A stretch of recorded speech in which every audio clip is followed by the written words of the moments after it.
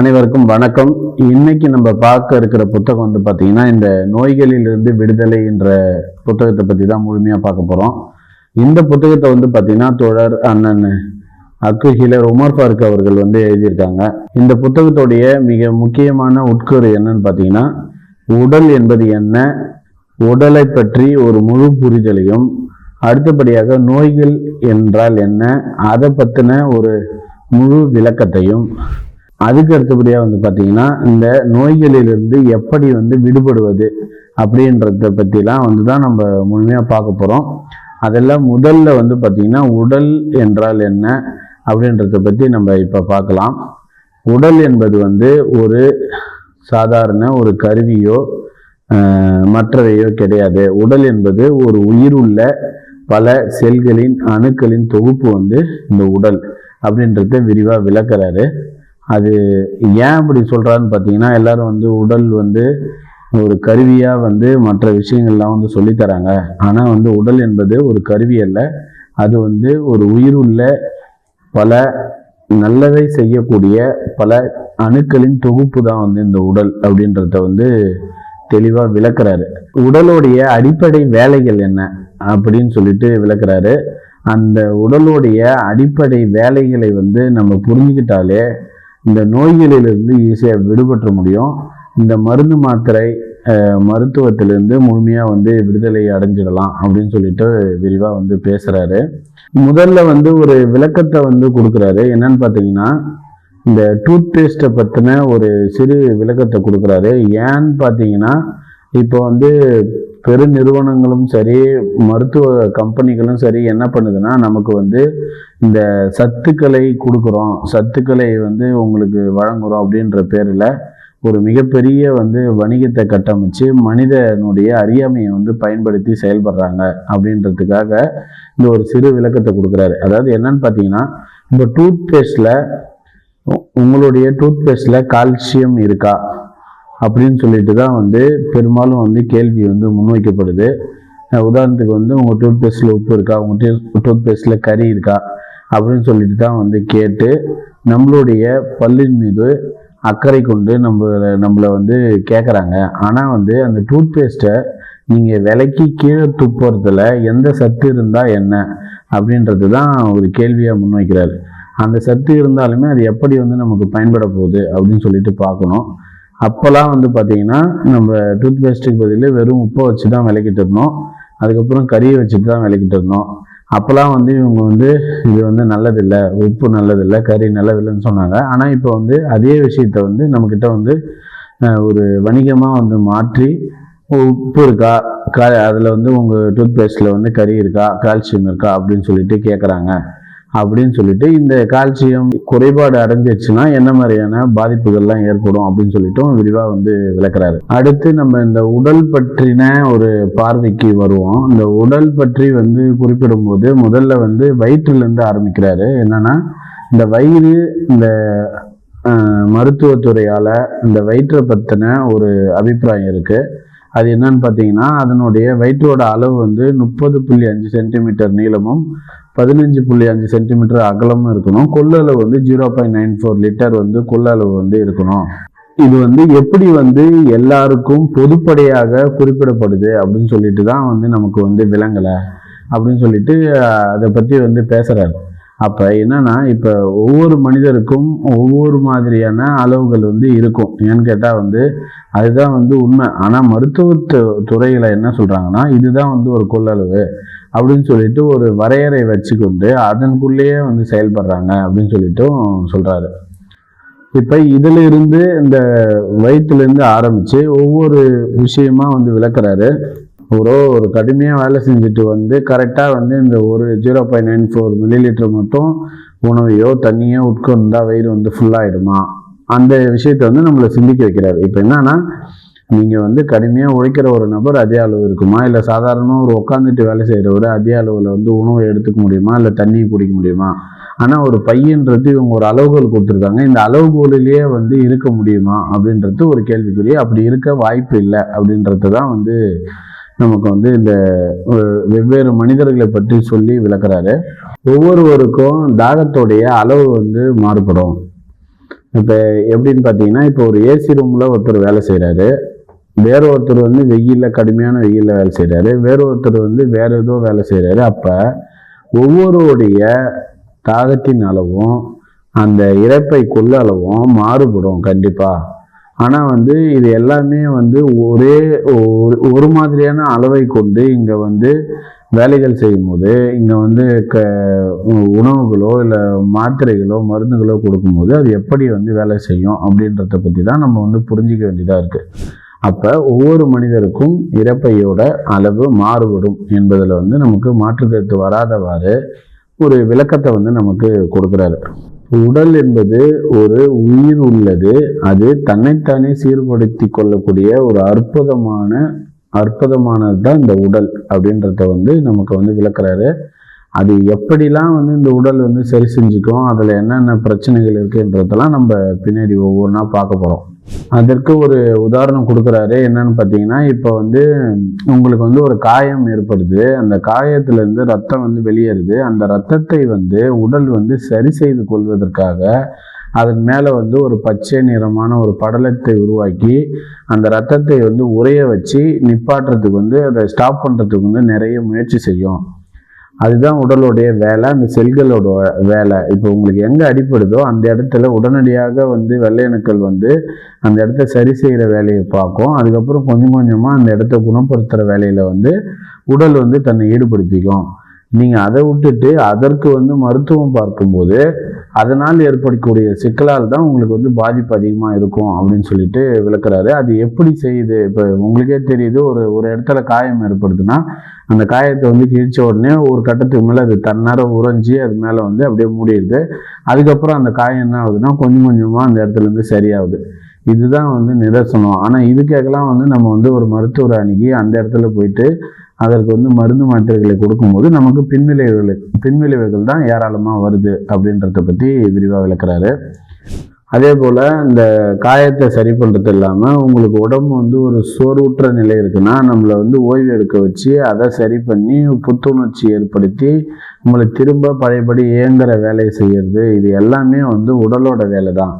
உடல் வந்து தன்னைத்தானே சரி செய்து கொள்ளக்கூடிய ஒரு அற்புதமான விஷயம் அப்படின்றத வந்து நம்ம கவனிக்கணும். அப்போ நம்ம உடல் வந்து என்ன சொல்லுது அப்படின்றத நம்ம வந்து புரிஞ்சுக்கிட்டாலே கொஞ்சம் கொஞ்சமாக வந்து நோய்களில் இருந்தும் மற்ற விஷயங்களிலிருந்து விடுபட்டு விடலாம் அப்படின்னு சொல்லிட்டு சொல்கிறதுக்கு தான் இந்த விஷயங்கள்லாம் நமக்கு வந்து குறிப்பிடுறாரு. அடுத்து வந்து பார்த்திங்கன்னா எலும்பு. இப்போ எலும்பில் வந்து இப்போ நம்ம ரத்தத்தை பற்றி பார்த்தோம். அடுத்து வந்து எலும்பு. நீங்கள் வந்து ஏதோ ஒரு இடத்துல விபத்து ஏற்படுது, ஒரு சின்னதாக கீறல் வந்து எலும்பில் ஏற்பட்டுருதுன்னா அந்த இடத்துல வலி உருவாகி அந்த எலும்பு வந்து அப்படியே இருக்குது. அந்த எலும்பை வந்து சரி செய்யறதுக்கு வந்து நம்ம என்ன பண்ணோம்னா குறைஞ்சபட்சம் அதுக்கான ஓய்வையும் காலத்தையும் கொடுத்தாலே எலும்பு வந்து சரி செய்யிடும். அப்படி இல்லைன்னா எப்படி கீறல் ஏற்பட்டிருக்குன்றத தன்மையை பொறுத்து அதுக்கு தகுந்தாற் போல் அந்த இடத்த வந்து ஒரு ஏற்பாடு, அதாவது வந்து இப்போ கையை ஒடிஞ்சிருக்குன்னா அதை நேர்படுத்தி நேராக வச்சுட்டு அந்த இடத்துல கட்டிட்டா, இப்போ வந்து முன்னோர்கள்லாம் பயன்படுத்துகிற மாதிரி ஒரு மூங்கில் கட்டையை வச்சு கட்டிட்டும் போது அது அப்படியே சரியாக நின்று அந்த எலும்பு வந்து ஒன்று சேர்ந்துடுது. இந்த வேலையை உடலே பார்த்துக்கும். ஆனால் இப்போ என்ன நடக்குதுன்னா அந்த எலும்பு கீறலை சரி பண்ணுறதுக்கு இவங்க வந்து உள்ள ஒரு போல்டு நெட்டை போட்டு ட்ரில்லிங் பண்ணி எலும்பை திரும்ப வந்து பிரச்சனைக்கு உள்ளாக்கி அதை வந்து சேர்க்க முயல்றாங்க. அது எலும்பு வந்து தன்னாரவே சேரக்கூடியது தான். ஆனால் இந்த ஓட்டை போட்ட இடத்துல திரும்ப வலி உருவாகுது. அதை குறைக்கிறதுக்கு வந்து மாத்திரைகளை கொடுத்து அந்த வலியை வந்து குறைக்கிறதுக்கு மட்டும் மாத்திரை கொடுக்குறாங்க. அப்புறம் வந்து அது சீர்பிடிக்குது. அந்த இதை வந்து போல்டை எடுக்கணுன்ற அளவுக்கு வந்து போகுது. அதை எடுத்து திரும்ப வந்து அது உடல் தான் வந்து அதை சரி செஞ்சுக்கிறத வச்சு, ஆனால் மாத்திரைகளோ இல்லை மற்ற விஷயங்களோ சரி செய்யலை என்பதை வந்து ஒரு விரிவாக வந்து நமக்கு வந்து விளக்கி சொல்கிறாரு. இப்போ ரொம்ப முக்கியமான இடத்துல இருக்கும். உடல் வந்து தன்னை வந்து பராமரிப்பதிலையும் தன்னுடைய செல்களின் சமநிலையை வந்து பாதுகாப்பதிலையும் மிக தீவிரமாக வந்து நமக்கு வந்து உறுதுணையாக இருக்கும். இப்போ உடல் தான் எல்லாத்தையும் வந்து சரி செஞ்சுக்கும், தன்னைத்தானே சரி செஞ்சக்கூடிய ஒரு சிறந்த மருத்துவர் அப்படின்றத சொல்லிட்டு மிக முக்கியமான 4 விஷயத்த வந்து சொல்கிறாரு. நம்ம உடலில் வந்து பார்த்திங்கன்னா ஒட்டுமொத்தமாக ஒரு 4 இயக்கங்கள் தான் நடக்குது. இந்த 4 இயக்கத்தை வந்து நம்ம புரிஞ்சுக்கிட்டாலே மிக சுலபமாக வந்து உடல் வந்து வளமையாகவும் செழுமையாகவும் நோய்களிலிருந்தும் நம்ம வந்து விடுபட முடியும் அப்படின்ட்டு குறிப்பிட்டு, ஒன்று வந்து உருவாக்குதல், நீக்குதல், குணப்படுத்துதல், அறிவித்தல். இந்த 4 விஷயத்த வந்து நம்ம தெளிவா புரிஞ்சுக்கணும் அப்படின்னு சொல்லிட்டு சொல்ல வர்றாரு. அப்போ உருவாக்குதல்னா என்ன, நீக்குதல்னா என்ன, குணமாக்குவதல்னா என்ன, அறிவித்தல்னா என்ன, இந்த 4 விஷயத்த தான் வந்து நம்ம இப்ப ரொம்ப கவனமா வந்து பார்க்க போறோம்.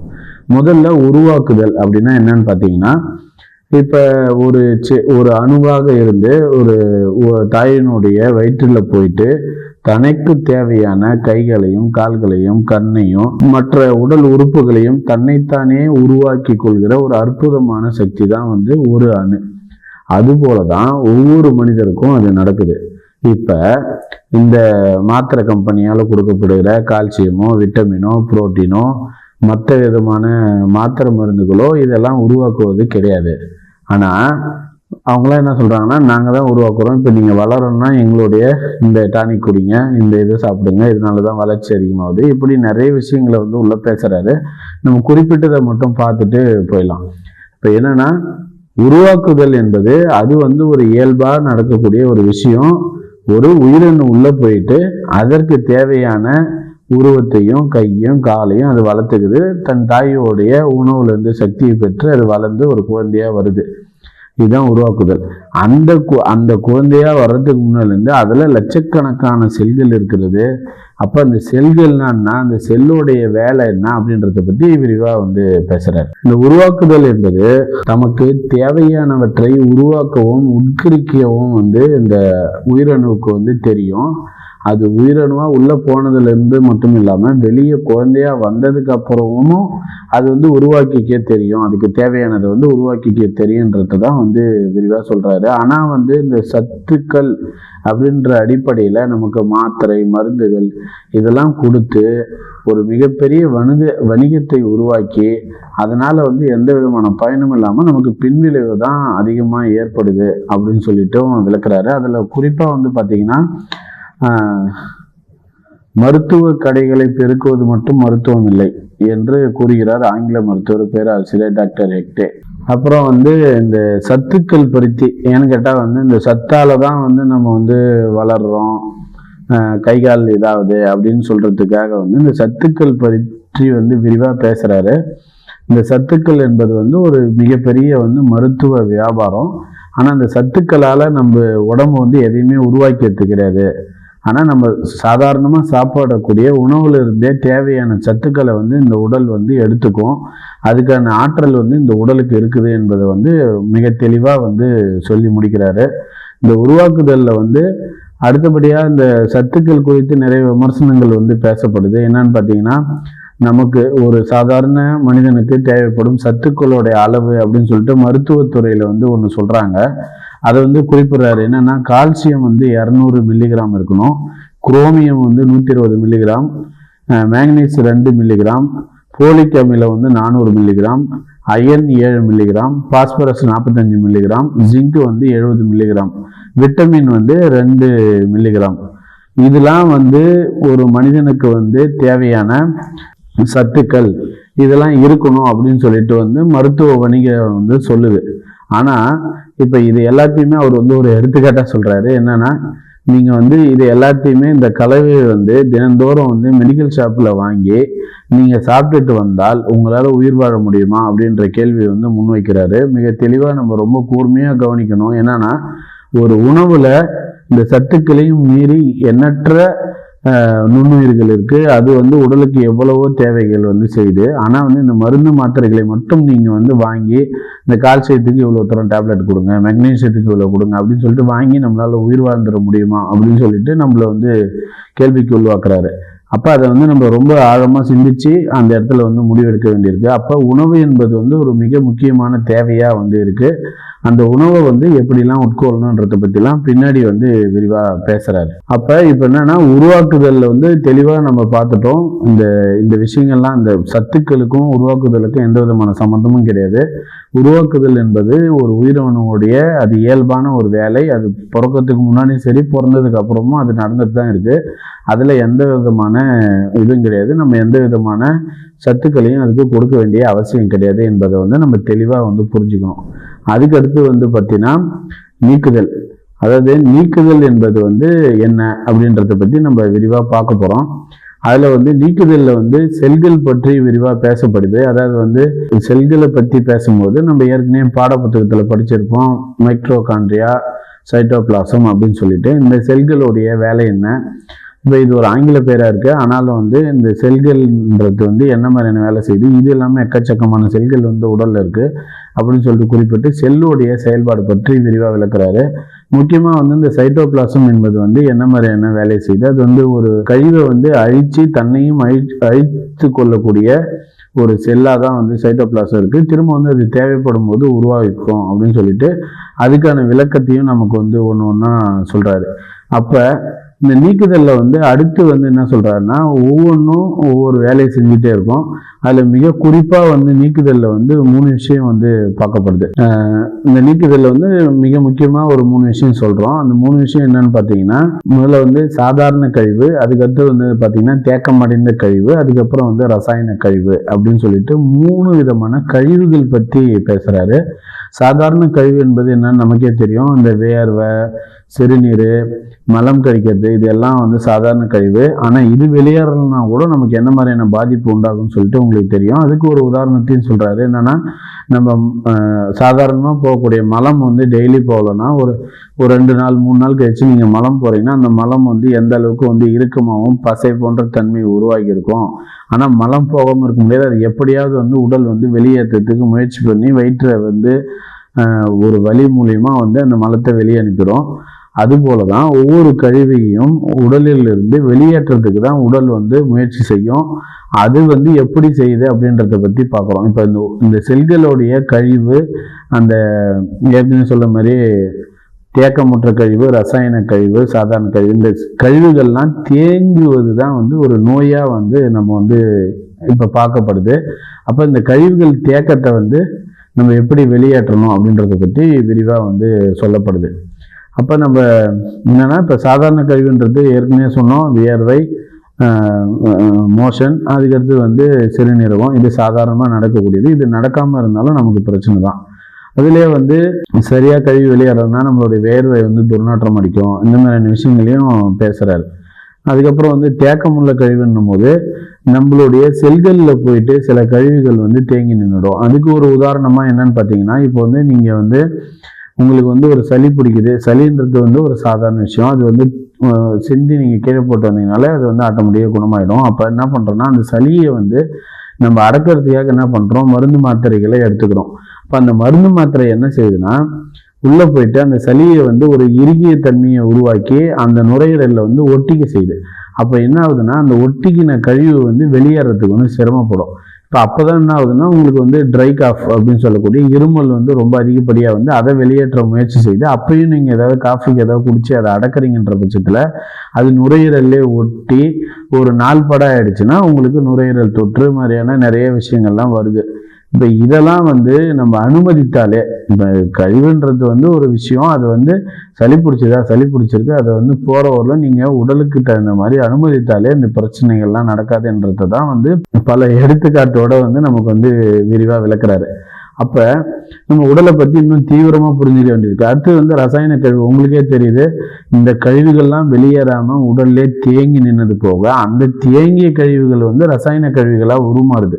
இப்போ அந்த உருமாறும் போது தான் அந்த சைட்டோபிளாசம் நம்ம சொன்ன மாதிரி அது வந்து கழிவு இருக்கிற இடத்துல போயிட்டு தன்னை அழித்து கொண்டு அந்த கழிவையும் அழித்து செத்துரும். இப்போ அந்த கழிவை வந்து வெளியேற்றும் போது உடல் வந்து பெருமளவில் பாதிக்கும். அப்போ வந்து அதை வெளியேற்றாமல் உடல்லே தேங்கி வச்சிருந்த அந்த ரசாயன கழிவு வந்து இந்த சைட்டோபிளாசம்ன்ற செல்லு வந்து அழித்து கொன்னுடுது. இதெல்லாம் வந்து உடல் தன்னை சரி செய்கிற ஒரு வேலை. ஆனால் நம்ம அதையும் அனுமதிக்காமல் இருப்பதனால தான் வந்து நமக்கு வந்து பின்காலத்தில் வந்து மிகப்பெரிய நோய்களாக வந்து நம்மளுக்கு வந்து வருது அப்படின்னு சொல்லிட்டு விரிவாக வந்து சொல்கிறாரு. அதுக்கப்புறம் வந்து நம்ம குணமாக்குதல். இந்த குணமாக்குதலில் நம்ம ஏற்கனவே பார்த்தோம், அந்த எப்படி குணமாக்குது அப்படின்னு சொல்லிட்டு பார்த்தீங்கன்னா, இப்போ வந்து உங்களுக்கு வந்து நம்ம சளி, இருமல், இந்த வந்து பலி, சில பேருக்கு வந்து வலி, இந்த தலைவலி மற்ற விஷயங்கள்லாம் வருது இல்லையா, அதுமாரி காய்ச்சல், இதெல்லாம் வந்து ஒரு குணமாக்குதலோடைய ஒரு முக்கியமான உடலுடைய ஒரு முக்கியமான பணி. இப்போ எப்படி வந்து அது செய்யுது, இந்த காய்ச்சல்ன்றது எப்படி உருவாகுது, சளின்றது எப்படி வருது அப்படின்றத நம்ம பார்க்கணும். இப்போ என்னன்னா, காய்ச்சல் என்பது வந்து பார்த்தீங்கன்னா உங்களுக்கு எந்த உடல்ல வந்து எந்த இடத்துல வந்து உங்களுக்கு வந்து கழிவோட தேக்கம் அதிகமாக இருக்கிறதோ அங்க இருந்து தான் காய்ச்சல் என்பது உருவாகும். நீங்க நல்லா உற்று கவனிச்சிங்கன்னா உடல் வந்து திடீர்னு வந்து அடிவயிற்றுல இருந்து ஒரு மாதிரி வெப்ப சூடு ஏறி அது என்ன ஆயிடும்னா உடல் முழுக்க பரவி என்ன ஆயிடும்னா உங்களை ஓய்வு எடுக்க வச்சிடும். இது வந்து ஒரு விதமான குணமாக்குதலுடைய வேலை. அப்ப நீங்க வந்து உடல் தேவைக்கு ஏற்ப அனுமதித்தாலே அந்த விஷயம் வந்து சரியாகி கொஞ்ச நாள்ல நீங்க வந்து ரெக்கவர் ஆகி வந்துடலாம். அது தன்மையை பொறுத்து நீங்க வந்து கோமாவுக்கு போறதா இருக்கலாம், இல்லை அடுத்த கட்டமா உங்களுக்கு வந்து ஃபிட்ஸ் வரதா இருக்கலாம். நிறைய விஷயங்கள் இருக்கு. அப்ப அந்த கழிவை வந்து வெளியேற்றுறதுக்கு உடல் தன்னால் முடிந்த எல்லா வேலைகளையும் செய்யும். அந்த வேலையை தான் நம்ம வந்து நோயா வந்து புரிஞ்சுக்கிறோம் அப்படின்றத வந்து விரிவா வந்து நமக்கு வந்து விளக்கியிருக்காரு. கழிவுகள் இந்த விஷயத்தெல்லாம் வந்து பார்த்துருக்கோம். இப்போ வந்து நம்ம ஏற்கனவே பார்த்த மாதிரி இந்த லைசோசோம்ன்றது தான் வந்து கழிவுகளை வந்து அழிச்சு தண்ணியும் அழிச்சிக்கூடிய ஒரு செல்லுன்னு சொல்லிட்டு பார்த்துருக்கோம். அது வந்து ஆங்கிலத்தில் சூசைட் பாக்ஸ் அப்படின்னு சொல்லிட்டு சொல்றாங்க. இந்த விஷயத்த வந்து பார்த்துருக்கோம். இப்போ இதற்கெல்லாம் காரணம் என்ன, இந்த கழிவுகள் தேங்குவதற்கெல்லாம் காரணம் என்ன அப்படின்னு சொல்லிட்டு நமக்கு தெரியணும் இல்லையா? அப்போ நம்ம என்ன சொல்றோம்னா இது வந்து ஒரு இயற்கை விதிமீறல் செய்யறதுனால தான் இந்த கழிவுகள் வந்து தேங்குது அப்படின்னு சொல்லிட்டு சொல்றாரு. அப்போ நம்ம என்ன மாதிரியான இயற்கை விதிமீறல்கள், அதாவது உடலுக்கு ஏற்றாறு போல் செய்யாமல் என்ன மாதிரியான விஷயங்கள்லாம் நம்ம செய்கிறோம், எதனால கழிவு தேக்கம் ஏற்படுது அப்படின்றத பற்றி இப்போ நம்ம விரிவாக பார்க்க போகிறோம். அதில் மிக முக்கியமாக வந்து 4 விஷயத்த வந்து சொல்றாரு. ஒன்று வந்து பசி, தூக்கம், ஓய்வு, தாகம். இப்போ இந்த பசின்ற விஷயத்துல வந்து பார்த்தீங்கன்னா சொல்லும் போது சொல்றாரு, பசிக்கும் போது சாப்பிடாமல் இருப்பது, அதுக்கப்புறம் வந்து பார்த்தீங்கன்னா பசி எடுக்காத போது சாப்பிடுவது, இந்த 2 விஷயத்த வந்து விதிமீறல். இல்லை வேகமாக சாப்பிட்றது, இதெல்லாம் வந்து நம்ம இயற்கைக்கு மாறா வந்து செய்யக்கூடிய விஷயம். 2வது வந்து தாகம் எடுக்கும் போது தண்ணி குடிக்காமல் இருப்பது, தாகம் எடுக்காமலே அளவுக்கு அதிகமான தண்ணி குடிப்பது, தூக்கம் இல்லாத போதே தூங்குவது, அதாவது வந்து பகல்ல படுத்து உறங்குறது, நமக்கு வந்து தூக்கம் இல்லைனாலும் வந்து படுத்து தூங்கணும்னு சொல்லிட்டு தூங்குறது. இப்படி வந்து நிறைய விஷயங்கள்ல வந்து நம்ம விதிமீறோம். இல்லை வந்து இரவு முழுக்க வந்து மூச்சு நிற்கிறது, தூக்கம் வரும்போது கூட கட்டுப்படுத்திக்கின்னு தூங்காம இருக்கிறது. இப்போ இது எல்லாமே வந்து இயற்கையோட விதிமீறல்கள். இது செய்யறதுனால தான் நம்ம உடலுக்குள்ள வந்து கழிவு வந்து தேங்குது அப்படின்னு சொல்லிட்டு விரிவா பேசுறாரு. அதுல மிக முக்கியமா 2 விஷயத்த பேசுறாரு. ஒன்று வந்து பசி, இன்னொன்று வந்து தூக்கம். அப்ப பசினா என்ன, தூக்கம்னா என்ன அப்படின்றத வந்து விரிவா வந்து விளக்குறாரு. அப்ப இப்ப வந்து பாத்தீங்கன்னா பசி, தூக்கம் இந்த 2 விஷயம் வந்து மிக முக்கியமான தேவையா இருக்கு. இந்த விஷயத்திலயாச்சும் குறைஞ்சபட்சம் வந்து நம்ம விதிமீறல் செய்யாம இருந்தோம்னா இன்னும் கழிவுகள் வந்து தேங்காது, உடல் வந்து ஆரோக்கியமா இருக்கும் அப்படின்றது தான் சொல்றாரு. அப்ப எப்ப பசி எடுக்கும், எப்ப சாப்பிட்றது என்பதை பற்றி விரிவா விளக்குறாரு. என்னன்னா பசின்றது வந்து ஒரு உணர்வு, அது வந்து நமக்கு வந்து ஆட்டோமேட்டிக்கா தெரியும். அந்த டைம்ல வந்து பசிக்கும் போது என்ன உணவு இருந்தாலும் சரிதான், அதாவது வந்து நமக்கு பிடிச்சமான எந்த உணவு இருந்தாலும் அதை வந்து சாப்பிடணும் அப்படின்னு சொல்லிட்டு சொல்றாரு. அப்ப எப்படி சாப்பிடணும் அப்படின்னும் போது நம்ம குறைஞ்சபட்சம் மென்று சாப்பிடணும். ரொம்ப அதுக்காக வந்து பல்ல போட்டு வேகமாக ரொம்ப மெதுவா மென்னு கூழாக்கி அப்படி சாப்பிடணும்னு அவசியம் இல்லை. இது வந்து வேற ஒரு பார்வையா முன் வைக்கிற. அப்படி சாப்பிடணும்னு அவசியம் இல்லை. உணவு உள்ள போற அளவுக்கு நல்லா மென்று சாப்பிட்டாலே போதும். உணவு மேல கவனம் செலுத்தி சாப்பிடணும். இப்போ நம்ம சாப்பிடும் போது முதல்ல சாப்பிட்ற சாப்பாட்டுக்கும் கடைசியா சாப்பிட்ற சாப்பாட்டுக்கும் சுவையில வந்து வித்தியாசம் ஏற்படும். அப்ப நம்ம சாப்பிடும் போது சாப்பிட்டுட்டே இருக்கும்போது எப்போ சுவை மாறுதோ அப்பயே நிறுத்திக்கலாம் ஒன்று. அப்படி இல்லை இன்னும் கொஞ்சம் நீங்கள் வந்து எக்ஸ்ட்ரா சாப்பிட்றீங்கன்னும் போது ஏப்பம் வரும். இரைப்பை வந்து ஃபுல்லாகிடுச்சுன்னா ஏப்பமாக வெளிப்படுத்தும். இப்போ அத்தோட வந்து ஸ்டாப் பண்ணிட்டா பிரச்சனை இல்லை. ஆனால் வந்து நம்ம என்ன பண்ணுறோம்னா அதுக்கு மேலேயும் தட்டில் நிறையா சாப்பாடு போட்டோம், வீணாயிடும், அதை குப்பையில் கொட்டணுன்றதுனால நம்ம வந்து இன்னும் மேலே மேலே சாப்பிட்றதுனால வந்து நமக்கு வந்து கழிவு தேக்கமாக ஏற்படுது அப்படின்றத வந்து விளக்குறாரு. அப்போ அதே போல தான் தண்ணியும், தாகம் எடுக்கும் போது நம்ம வந்து கரெக்டாக தண்ணி தேவையான அளவு குடிச்சிடணும். ஆனால் வந்து நம்ம என்ன பண்ணுறோம்னா தாகம் எடுக்கும் போதும் குடிக்கிறது இல்லை, தாகம் எடுக்காத போது நிறையா குடிக்கிறது, இல்லை குளிர்பானங்களை குடிக்கிறது, இது மாதிரியான விஷயங்கள் செய்யும் போதும் கழிவுகளுடைய தேக்கம் வந்து அதிகமாகி அது வந்து நோய்களாக வந்து உருவெடுக்குது அப்படின்றத தான் விளக்குறாரு.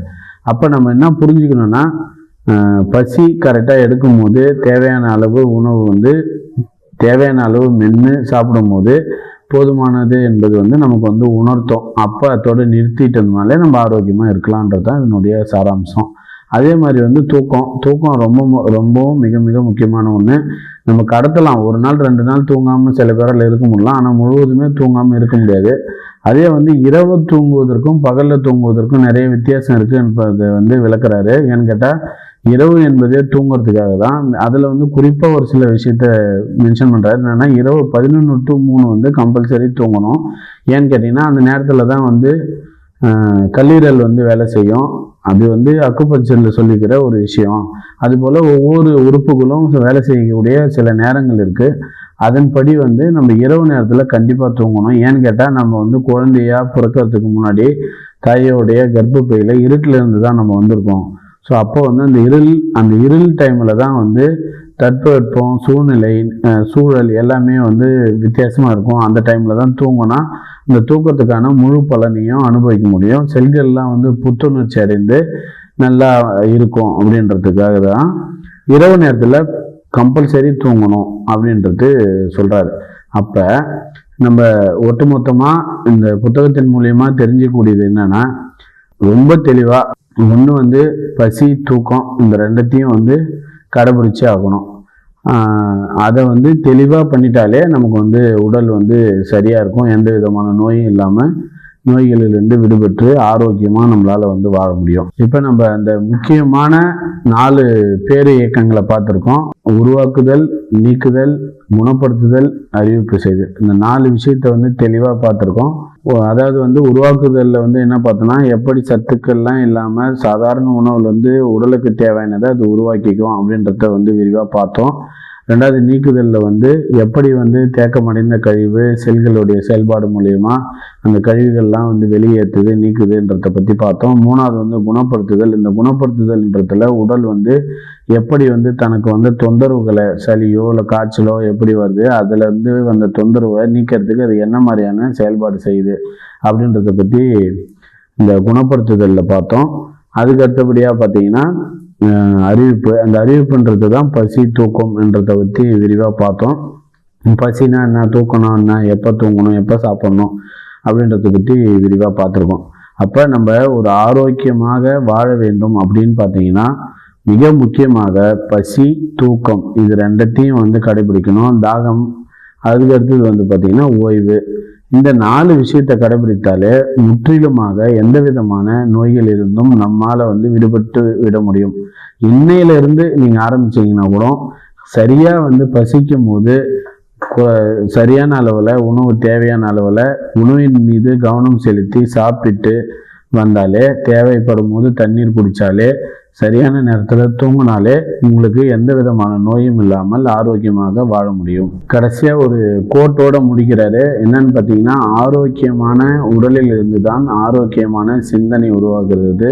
இந்த ஆரோக்கியமான சிந்தனை மூலமாக ஆரோக்கியமான உலகை வழி நடத்துவோம் அப்படின்னு சொல்லிட்டு இந்த புத்தகத்தை வந்து முடிக்கிறாரு.